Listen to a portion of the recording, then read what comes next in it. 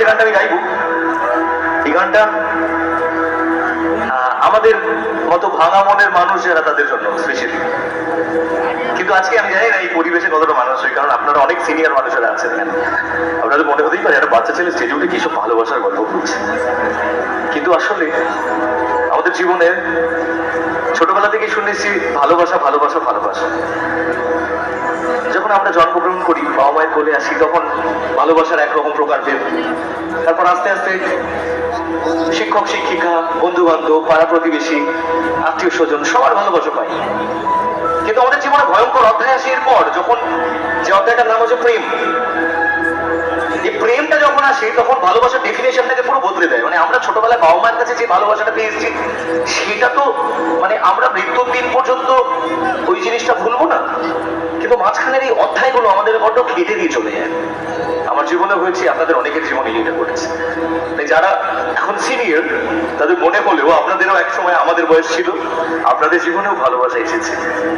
তাই আমি না হয় আপনাদের সঙ্গে একটু আমার জীবনের গল্প শেয়ার করি। তো আমার জীবনেও প্রেম হয়েছে, কিন্তু এমন সময় প্রেম হয়েছে যে মানুষটার সঙ্গে সারা জীবন একসাথে থাকার, একসাথে পথ চলার, একসাথে স্বপ্ন তৈরি করার, স্বপ্ন পূরণ করার গল্পটা তৈরি করেও আমরা সেটা পরিপূর্ণ করতে পারিনি।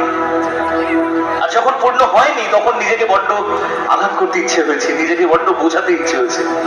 তাই বলছিলাম, এমন করে ভাঙলে এমন আর কি জোড়া যায়, এমন করে ভাঙলে এমন আর কি জোড়া যায়, ভালোবাসার নামে এখন লাগে বড় ভয়।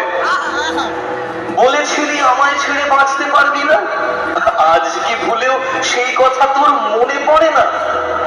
বাঁচলে ভালো, কেউ কি এখন পাষাণ হয়ে যায় যে নিজের সুখে মনের মানুষটাকে মেরে দেয়। আসলে ওই মানুষগুলো চলে যাওয়ার পর আমরা তো নিজেদের মৃতই মনে করি, কারণ আমরা তাদেরকে আমাদের জীবন মনে করতাম। তাই গাইবো,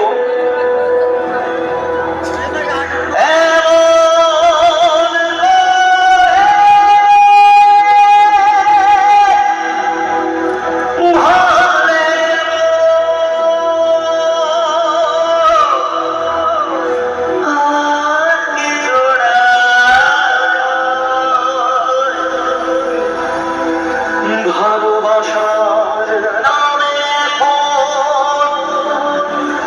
লাগে